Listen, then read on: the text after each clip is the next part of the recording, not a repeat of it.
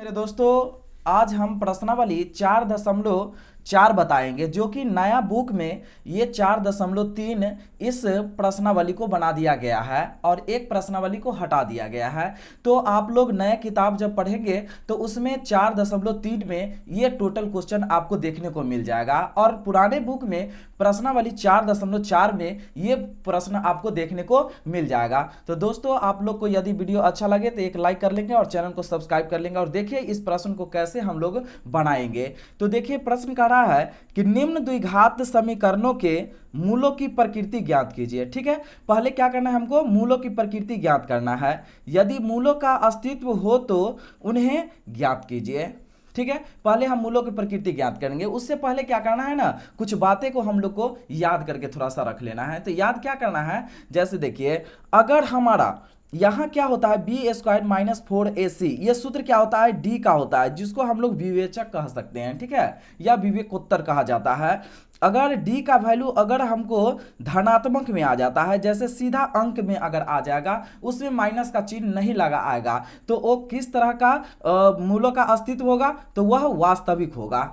ठीक है, यदि अगर हमें d का वैल्यू अगर क्या आ जाता है, 0 अगर आ जाता है, d का मान क्या आ जाता है, अगर 0 आ जाता है, तो वैसा मूलों का अस्तित्व क्या होगा, बराबर वास्तविक मूल उसको कहा जाएगा।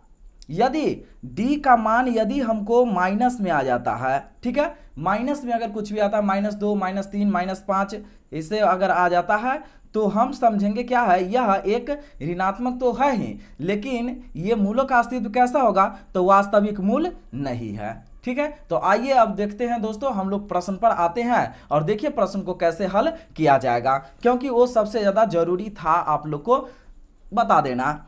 अब देखिए प्रश्न क्रमांक 1 का भाग नंबर 1 है। क्या है प्रश्न, 2x² - 3x + 5 इक्वल क्या हो गया, 0। ठीक है, दो द्विघात समीकरण है। द्विघात समीकरण का व्यापक रूप क्या होता है, ax² + bx + c। ठीक है, तो देखिए a का वैल्यू इतना हो जाएगा, b का इतना और c का इतना हो जाएगा। ठीक है ना, तो सबसे पहले हमको क्या निकालना पड़ेगा, d निकालना पड़ेगा, जिसको विवेकोत्तर कहा जाता है। तो d बराबर सूत्र क्या हो गया, b² - 4ac।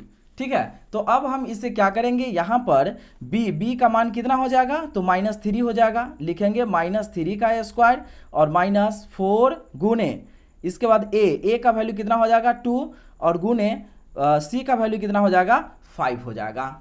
ठीक है, तो अगर ये इतना हो जाएगा तो क्या हो गया, -3 का स्क्वायर क्या हो जाएगा, तो 9 हो जाएगा और ये माइनस हो गया यहाँ, और इसको जब गुना करेंगे तो 4 दूना 8 पंचे 40। अगर यहाँ देखेंगे तो ये कितना आ जाएगा, -31 आ गया। किसका वैल्यू आ गया, तो d का आ गया। यह एक क्या आ गया, तो यह एक ऋणात्मक है। क्या आ गया, यह एक ऋणात्मक है।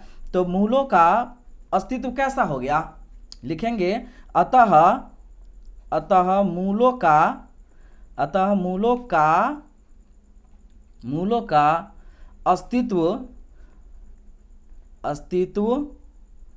का अस्तित्व, तो हमें मूलों का अस्तित्व कैसा आ गया, तो यहाँ क्या है, ऋणात्मक। तो ऋणात्मक क्या हम लिखे थे, अगर मूलों का अस्तित्व वास्तविक मूल नहीं है, क्या लिखना पड़ेगा, वास्तविक मूल नहीं है।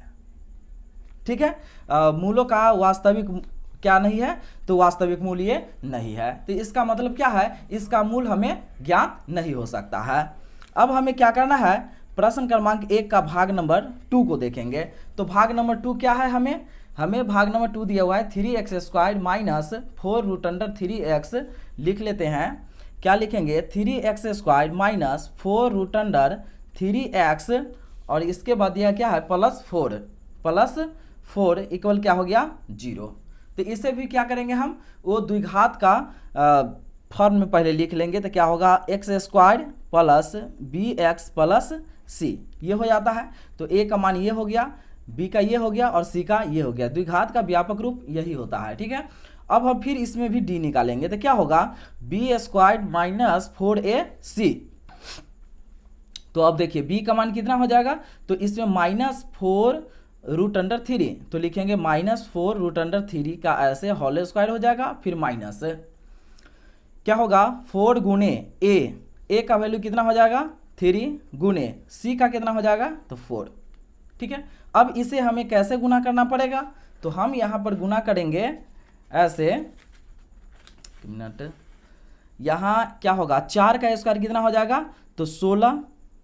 ठीक है, फिर गुने √3 का स्क्वायर क्या होगा, तो 9 हो जाएगा माइनस। अब इसको गुना कर लेंगे, क्या होगा, तो यहाँ हो जाएगा 4 तिया 12, 12 चौक कितना हो गया, तो 48।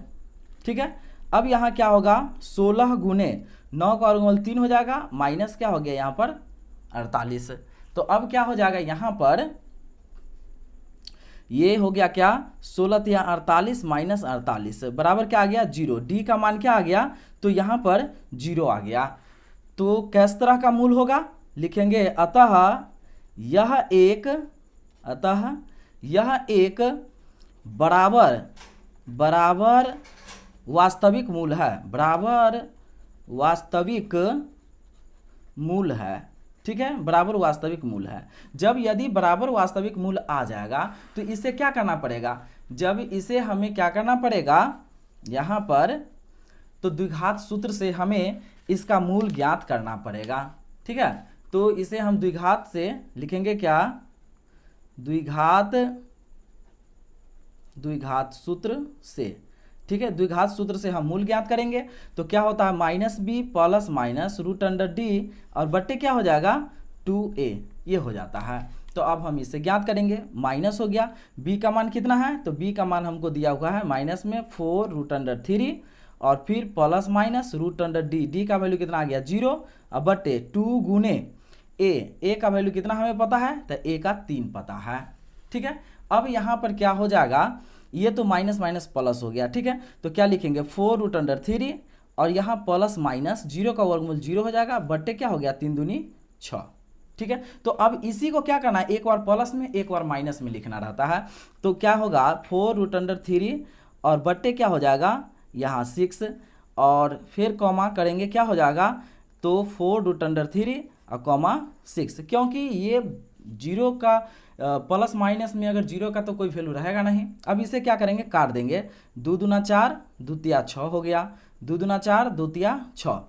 अगर इससे ज़्यादा हम सॉल्व इसको करेंगे तो कितना लिखना पड़ेगा, तो लिखेंगे इसका क्या 2√3 और बट्टे ये 3 को क्या लिख सकते हैं हम, √3 गुने √3 लिख सकते हैं। तो एक √3 से √3 कट गया तो क्या बचेगा 2√3, इसी को हम 2 बार यहाँ पर लिख देंगे। तो इस तरह से क्या हो गया, इसका ये आंसर हो गया। तो ये क्या हो गया, ये प्रश्न क्रमांक, ये हमें 1 का भाग नंबर ये 2 को सॉल्व किए हैं। इसके बाद अब हम देखेंगे क्या, प्रश्न क्रमांक 1 का भाग नंबर 3 को देख लेते हैं। ठीक, 3 क्या कह रहा है, प्रश्न कह रहा है कि यहाँ देख लेते हैं, 1 मिनट, ऐसे लिखेंगे क्या 2x² माइनस 6x प्लस 3 बराबर 0। ठीक, इसी तरह द्विघात का व्यापक रूप यहाँ लिखेंगे हम, तो यहाँ ये हो जाता है द्विघात का व्यापक रूप। ठीक है, तो a का मान ये हो जाएगा, b का ये हो जाएगा और c का ये हो जाएगा। ठीक, तो यहाँ हम क्या करेंगे, d का मान तो हमको निकालना ही पड़ेगा, d बराबर क्या होगा b² माइनस 4ac। ठीक, तो यहाँ b का मान कितना है -6, तो लिखेंगे -6 का स्क्वायर और माइनस 4 गुने a का वैल्यू हमें कितना पता है, तो 2 गुने c का कितना पता है, तो 3, ऐसे लिख लेंगे। अब हमें क्या करना है, इसका स्क्वायर कितना हो जाएगा 36 माइनस, अब क्या हो जाएगा यहाँ पर हो जाएगा 4 दूनी 8, 8 3 क्या हो गया 24। ठीक है, अब इसे क्या करना है हमें, यहाँ पर ये सब में d आ ही रहा है। ठीक है, अब इसे हम घटाएंगे, तो घटाएंगे कितना हो जाएगा, तो हमें यहाँ पर 12 हो गया। तो d का वैल्यू कितना आ गया, तो सीधा 12 आ गया। मतलब क्या आ गया, ये एक धनात्मक में आ गया। क्या चीज़ में आ गया, धनात्मक में आ गया हमें। ठीक है, जब धनात्मक में आ जाएगा तो लिखेंगे क्या, अतः यह एक कैसा ये मूल इसका होगा, तो यह एक वास्तविक मूल है। अतः यह एक वास्तविक मूल है। ठीक है, अतः ये एक वास्तविक मूल है। जब अगर वास्तविक मूल हमें पता हो गया तो इसके बाद हमें क्या निकालना पड़ेगा, तो यहाँ पर हमें द्विघात सूत्र से आना पड़ेगा। ठीक है ना, तो द्विघात सूत्र से हमें यहाँ पर आना पड़ेगा। तो द्विघात सूत्र से लिखेंगे क्या, द्विघात सूत्र से, ठीक है, द्विघात सूत्र से। तो क्या आना पड़ेगा हमें, सूत्र क्या होगा, minus B plus minus root under D और बट्टे क्या होता है 2a। अब यही सूत्र पर हम इसको बैठा लेंगे। अब यहाँ बैठाएंगे तो इसे कैसे बैठाना पड़ेगा, यहाँ लिखेंगे क्या, माइनस हो गया पहले फार्मूला वाला, और b का मान कितना है तो -6, तो -6 लिखेंगे, फिर plus minus root under d का वैल्यू कितना हमको निकल गया, तो d का मान हमें 12 निकल गया। तो क्या लिखना पड़ेगा यहाँ पर 12 और बट्टे 2 गुने a का वैल्यू कितना पता है हमें, तो a का हमें 2 पता है, ठीक है। तो यहाँ पर 2 लिख लेंगे। अब हमें यहाँ पर क्या करना पड़ेगा, इसे माइनस माइनस प्लस हो गया, तो क्या लिखेंगे 6 प्लस माइनस और 12 को हम कितना लिख सकते हैं, तो 12 को हम लिख सकते हैं क्या, इसको लिख सकते हैं यहाँ पर 2√3 लिख सकते हैं 12 को, ठीक है। और बटे में क्या आ गया, यहाँ पर ये 4 आ गया, ठीक। अब हम इसे क्या कर सकते हैं, एक ये प्लस और माइनस में है, ठीक है, इसे एक बार हम प्लस में लिख लेंगे, एक बार माइनस में लिख लेंगे, ठीक है। तो क्या लिखेंगे 6 प्लस 2√3 बटे 4 कॉमा 6 माइनस 2√3 और बटे 4, एक बार प्लस एक बार माइनस में लिख लिए, ठीक है। अब इसे क्या करना है, इसमें कॉमन लेने वाला है, तो इसमें कॉमन आसानी से 2 आ जाएगा, ठीक है। इसमें तो लिखेंगे 2 कॉमन लेंगे तो 2 तिया 6 और प्लस क्या आ जाएगा √3 और बटे यहाँ पर 4 हो गया, फिर कॉमा इसमें भी आ जाएगा 2 कॉमन आ जाएगा 3 माइनस √3 बट्टे क्या आ गया 4, काट देंगे 2 दूना 4 और ये 2 दूनी 4 हो गया, ठीक। जब इसे हम इस तरह से काट देंगे तो यहाँ क्या आ गया, अब हमें आ गया 3 प्लस √3 और कॉमा आ गया 3 माइनस √3।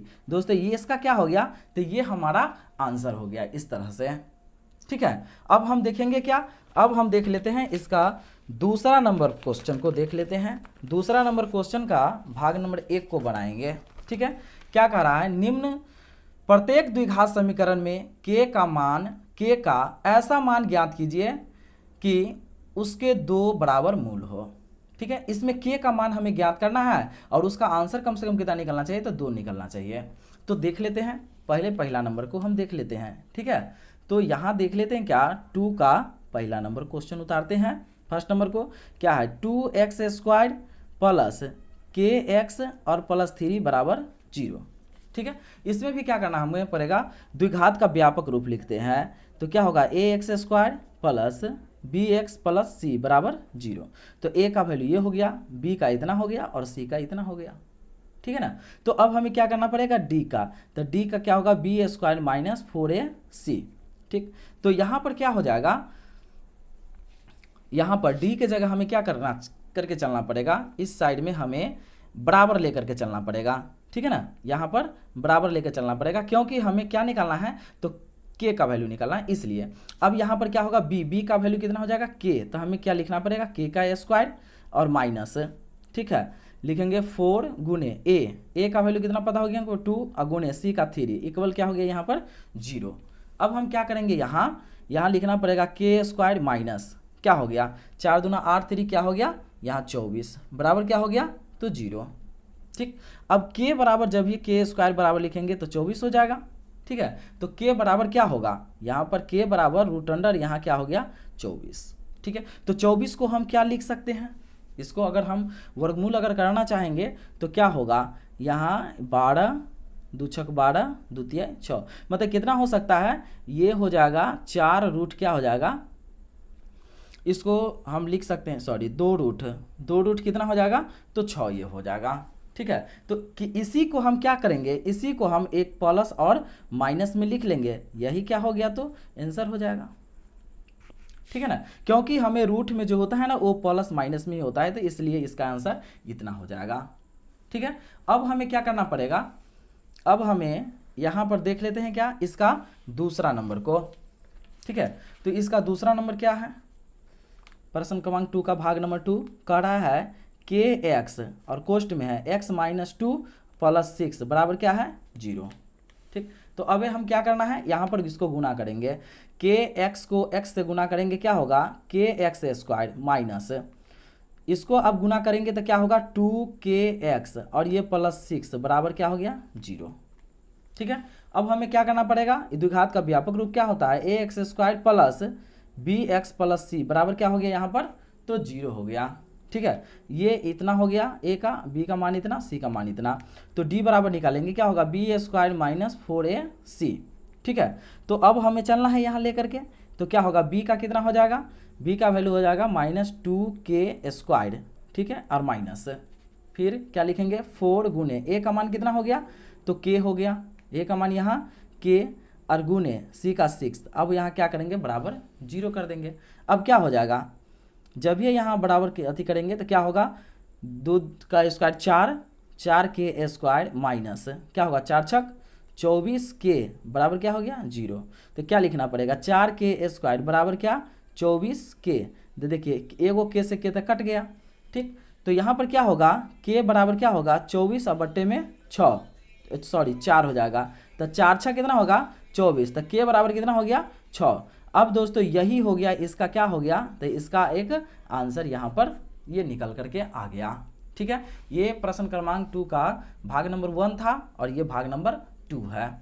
ठीक है, अब हमें क्या करना है, यहाँ पर अब प्रश्न को देखना है किसका, तो अब हमें तीसरा नंबर प्रश्न को देखना है। ठीक है, देखिए तीसरा नंबर प्रश्न क्या कर रहा है, क्या एक ऐसी आम की बगिया बनाना संभव है जिसकी लंबाई चौड़ाई से दुगुनी है, उसका क्षेत्रफल 800 मीटर स्क्वायर हो, यदि है तो उसकी लंबाई और चौड़ाई ज्ञात करना है। ठीक है, सबसे पहले एक आम का बगीचा बना लेते हैं जिसमें लंबाई चौड़ाई दिया है। ठीक है ना, तो लंबाई चौड़ाई दिया होगा, ये प्रश्न क्रमांक 3 है, तो आप समझिए यहाँ पर ऐसे। ठीक है, ये बगीचा होगा इस तरह से।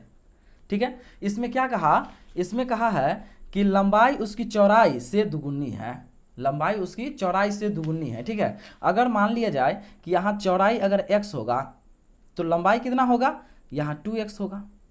यही ना कहा है कि लंबाई उसकी चौड़ाई से क्या है, लंबाई उसकी चौड़ाई से दुगुनी है। ठीक है, तो यहाँ पर अब हम चलेंगे जब हल करेंगे तो, ठीक है, लिखेंगे माना कि बगीचा की चौड़ाई, ठीक है, चौड़ाई, बगीचा की चौड़ाई कितना हो गया, तो x मान लिया। ठीक है, और बगीचा की लंबाई, ठीक है, बगीचा की लंबाई कितना हो गया 2x हो गया।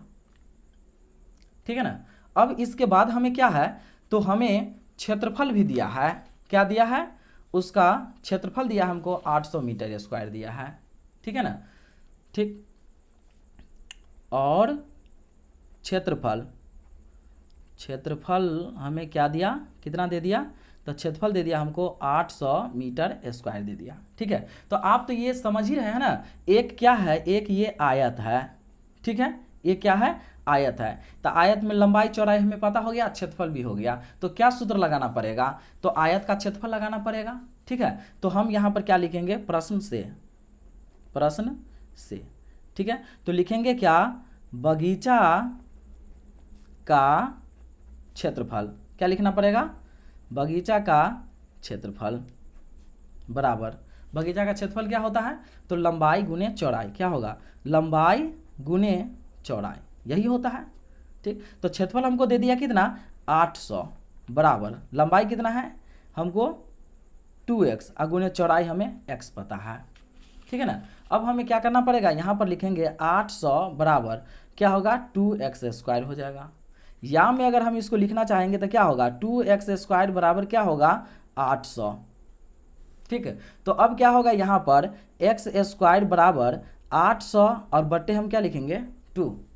जब इसे हम भाग देंगे तो क्या हो जाएगा, भाग देंगे 400 मतलब में कट जाएगा, तो यहाँ हम क्या लिखेंगे x² बराबर क्या हो जाएगा, तो x² बराबर यहाँ पर हमें 400, तो x बराबर क्या होगा, x बराबर लिखेंगे तो क्या होगा, यहाँ पर 400 इसमें हो गया, रूट में आ जाएगा, तो यहाँ पर इसका वर्गमूल कितना निकल जाएगा हमको 400 का, तो 20 निकल जाएगा। ठीक है, तो आइए अब देखते हैं, हम इसको इसमें बगीचा का चौड़ाई कितना माने थे x, लंबाई कितना माने थे, तो हम 2x माने थे। तो अब यहाँ पर हमें क्या लिखना पड़ेगा क्या, अतः बगीचा की चौड़ाई, ठीक है, बगीचा की चौड़ाई क्या माने थे हम x, तो x कितना आया हमको 20 निकल करके आ गया। इसी तरह बगीचा की लंबाई क्या होगा, बगीचा की लंबाई 2x, तो क्या होगा, तो होगा क्या 2 गुने 20 बराबर क्या आ जाएगा, तो 40। इस तरह से एगो आंसर कितना हो गया 20, एगो कितना हो गया, तो 40 हो गया। ये प्रश्न क्रमांक कितना रहा, तो ये प्रश्न क्रमांक ये 3 रहा। ठीक है, अब हम क्या देखना पड़ेगा हमको, अब देखना पड़ेगा हमको 4 नंबर प्रश्न को। अब देखिए 4 नंबर प्रश्न हमें कहा क्या, यहाँ कह रहा है कि क्या निम्न स्थिति संभव है, यदि है तो उनकी वर्तमान आयु ज्ञात कीजिए। ठीक है, इसमें वर्तमान आयु ज्ञात करने के लिए कह रहा है कि 2 मित्रों की आयु का योग कितना है, 20 वर्ष है। 4 वर्ष पूर्व उनकी आयु का गुणनफल 48 था। ठीक है, यहाँ क्या कहा कि 2 मित्रों के आयु का योग कितना है, 20 वर्ष है। आप समझिए यहाँ पर 2 मित्र होगा। ठीक है, पहले हम यहाँ पर समझाते हैं, इसके बाद फिर बनाएंगे। ठीक है, तो पहले आप समझिए कि पहला मित्र और फिर प्लस क्या होगा, दूसरा मित्र। ठीक है, पहला मित्र और दूसरा मित्र, दोनों का आयु का योग कितना है, तो हमें यहाँ पर दिया हुआ है क्या, तो 20 वर्ष हमको दिया हुआ है। ठीक है, आप समझिए यहाँ कि अगर पहले मित्र को हम x मानेंगे, ठीक है, तो दूसरा मित्र को कितना हो जाएगा, तो दूसरा मित्र को जब निकालना रहता है तो क्या करते हैं, दूसरा मित्र को निकालना रहेगा तो ये 20 और इधर क्या करते हैं, इधर से हम इसको ला करके घटा देते हैं। ठीक, तो आप ये समझ गए कि दूसरा मित्र हमको कितना मानना पड़ेगा, 20 माइनस एक्स, और पहला मित्र कितना मानना पड़ेगा हमको, तो x मानना पड़ेगा। तो आइए अब हम प्रश्न पर आ जाते हैं। ठीक है, 4 नंबर प्रश्न को अब हम हल करते हैं। ठीक है, तो लिखना पड़ेगा क्या, माना कि पहले मित्र की आयु कितना हो जाएगा, तो x मानना पड़ेगा। ठीक है, और दूसरे मित्र की आयु कितना मानना पड़ेगा हमको, तो 20 माइनस एक्स। ये इतना हमको पता हो गया। अब इसके बाद क्या कह रहा है, प्रश्न में कह रहा है कि 4 वर्ष पूर्व, आप समझिए कि अगर किसी का उम्र अगर अभी 10 वर्ष है तो 4 वर्ष पहले कितना रहा होगा, तो 6 वर्ष रहा होगा। तो क्या किए हम, तो 4 वर्ष पहले इसमें क्या किए, 4 वर्ष घटा दिए। पूर्व अगर कहेगा तो घटाना रहेगा, पश्चात कहेगा या बाद कहता है तो जुड़ना रहता है। तो पूर्व कह रहा है तो इसमें घटाना पड़ेगा। अब क्या लिखना पड़ेगा, अब ठीक है, ये सब का इसका क्या था, ये वर्तमान उम्र है, क्या है, वर्तमान उम्र है। ठीक है ना, लेकिन क्या कह रहा है कि 4 वर्ष पूर्व आयु का गुणनफल, तो इसमें क्या लिखना पड़ेगा, अब यहां लिखते हैं अब। ठीक, अब पहले मित्रों की आयु 4 वर्ष पूर्व था, 4 वर्ष पूर्व था कितना, तो x माइनस 4 हो गया, इसमें हम घटा दिए। ठीक है, और दूसरे, ठीक है, और दूसरे मित्र की आयु 4 वर्ष पूर्व था, तो कितना हो जाएगा दूसरे मित्र का, तो देखिए अभी कितना है, 20 माइनस एक्स है, तो 4 वर्ष का क्या होगा, 16 माइनस एक्स हो जाएगा। तो यहाँ पर हम क्या लिखेंगे, यहाँ लिख देंगे हम 16 माइनस क्या हो जाएगा, एक्स, ये हो गया। ठीक है, और गुणनफल हमको पता है, तो आपको बता दें, यहाँ पर हम यदि हम प्रश्न से चलेंगे, ठीक है, प्रश्न से, तो यहाँ क्या कहा कि पहले मित्र और दूसरे मित्र का गुणनफल दिया है। तो पहला मित्र को हमें कितना पता है, तो पता है x माइनस 4, ठीक है, और दूसरा का 16 माइनस एक्स, और इसका गुणनफल हमको दे दिया 48।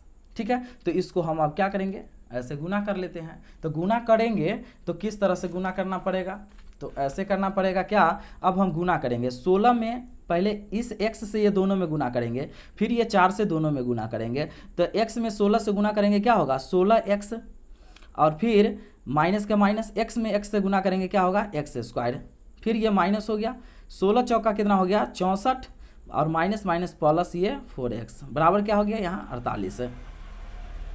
ठीक है ना, ऐसे हो गया। अब हमें क्या करना पड़ेगा, यहाँ पर पहले हमें क्या करना पड़ेगा, पहले एक्स स्क्वायर को लिख लेते हैं, तो माइनस एक्स स्क्वायर हो गया।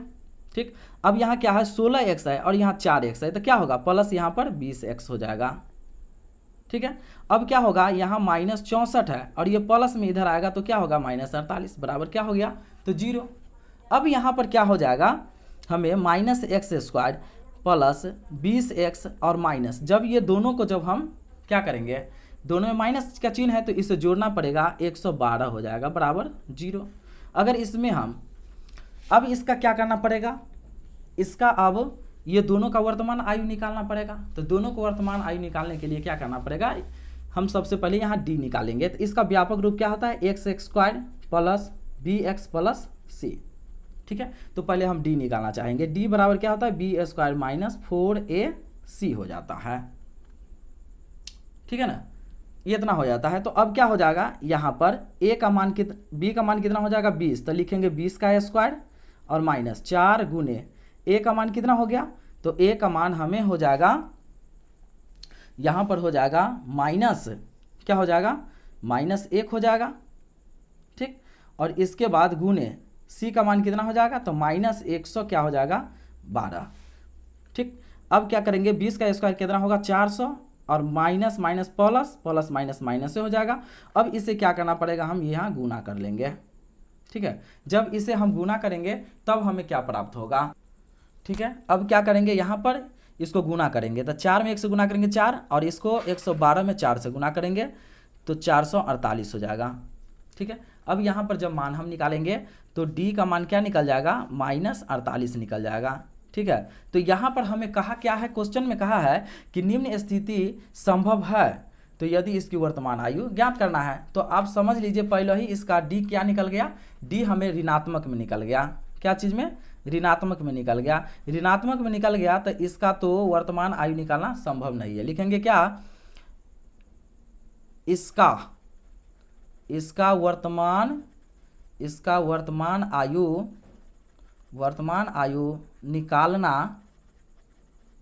निकालना संभव नहीं है। ठीक है, ऐसे हम लिख लेंगे, इसका वर्तमान आयु निकालना संभव नहीं है। ठीक, ये रहा क्या, ये 4 नंबर प्रश्न रहा। अब हम देखेंगे क्या, 5वां नंबर क्वेश्चन को देख लेते हैं कि 5वां नंबर क्वेश्चन हमें क्या कहता है। 5वां नंबर क्वेश्चन कहता है, क्या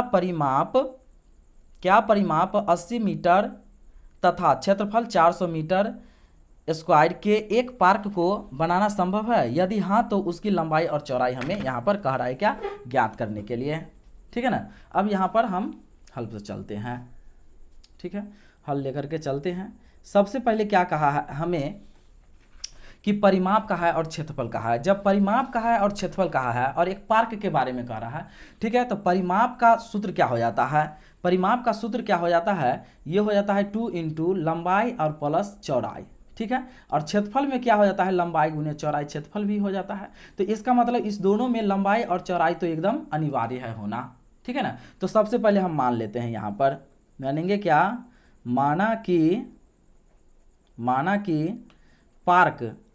माना कि पार्क की लंबाई x मान लेते हैं और पार्क की चौड़ाई क्या मान लेते हैं, हम y मान लेते हैं।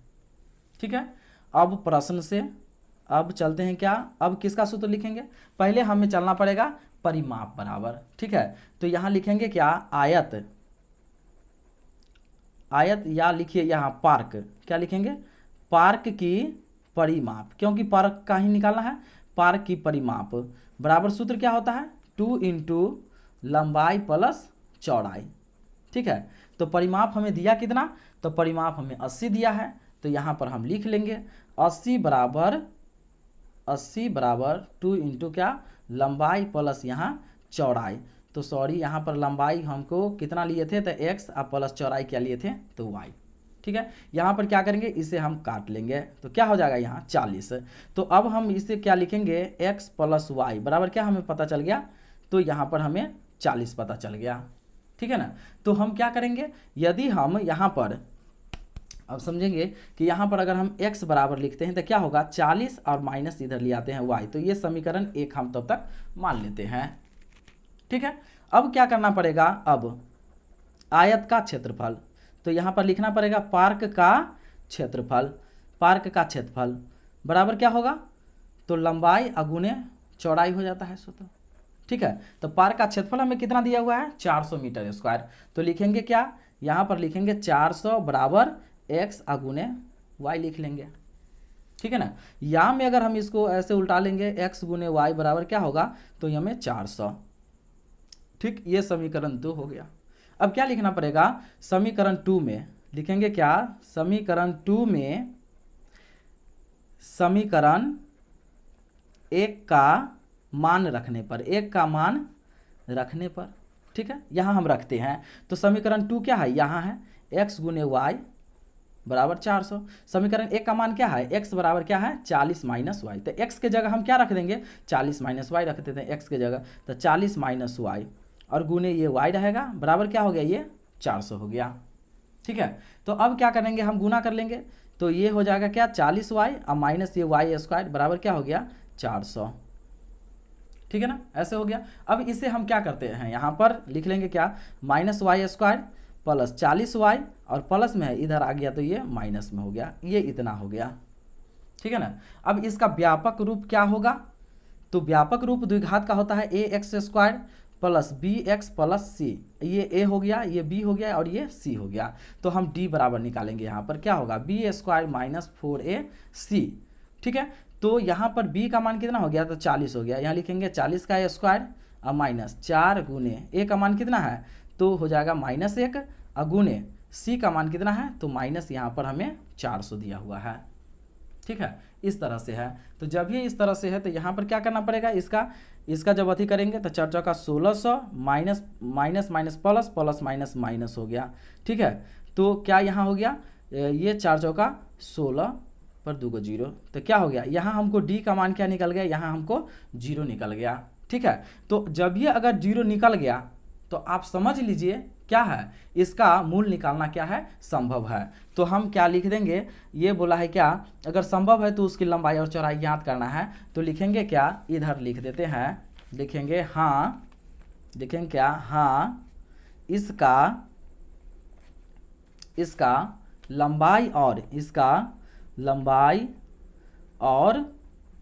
चौड़ाई दोनों निकालना संभव है। क्या है, संभव है। ठीक है ना, संभव है। तो हमें क्या आया कितना, तो d का मान तो हमें क्या आ गया, 0 आ गया। तो हमें क्या निकालना पड़ेगा, द्विघात सूत्र से। तो द्विघात सूत्र से क्या सूत्र होगा, -b प्लस माइनस √d और बट्टे क्या होता है 2a।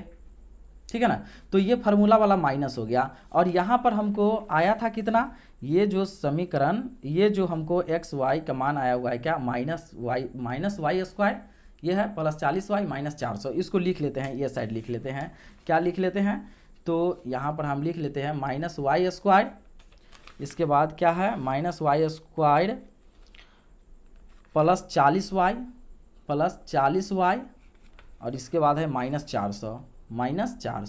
ठीक है, अब यहाँ पर हम लिख लेते हैं माइनस वाला फार्मूला वाला ये हो गया। और b का मान कितना है, तो यहाँ पर सीधा 40 है। ठीक है, तो ये 40 हो गया। इसके बाद प्लस माइनस √d का मान कितना निकल गया, तो d का मान तो हमको 0 निकल गया, बट 2 गुने a का मान क्या हो जाएगा, तो यहाँ सीधा -1 हो जाएगा। अब क्या लिखेंगे हम, यहाँ लिखना पड़ेगा हमें -40, ये प्लस माइनस तो है ही, और क्या हो गया यहाँ पर हमें ये 0 हो जाएगा और ये -2 हो गया। ठीक है, तो अब हमें आपको बता दें कि ये तो कट ही जाएगा और 0 का कोई वैल्यू नहीं रहा था। 40/2 तो काटेंगे कितना, ये 20 मिनट में कट जाएगा। ठीक है, तो अतः पार्क की लंबाई। ठीक है, अब यहाँ हम देखेंगे कि यहाँ हम सबको y के फॉर्म में लाए थे, क्या y के फॉर्म में, क्योंकि ये y के फॉर्म में आंसर निकला है ना, तो सब y में आ गया। जहाँ x निकला होगा तो द्विघात में बराबर में सब में हम y लिख सकते हैं। ठीक है, तो लंबाई और यहाँ क्या कह रहा है, चौड़ाई कह रहा है, क्या लंबाई और चौड़ाई, ये दोनों, इसको हम एगो के x माने थे, एगो का y माने थे। तो दोस्तों ये दोनों संभव रहा, मतलब दोनों का क्या निकल गया, तो 20-20 ही इसका निकल गया। तो इस तरह से दोस्तों ये सारे प्रश्न यहाँ से ये खत्म हो जाता है।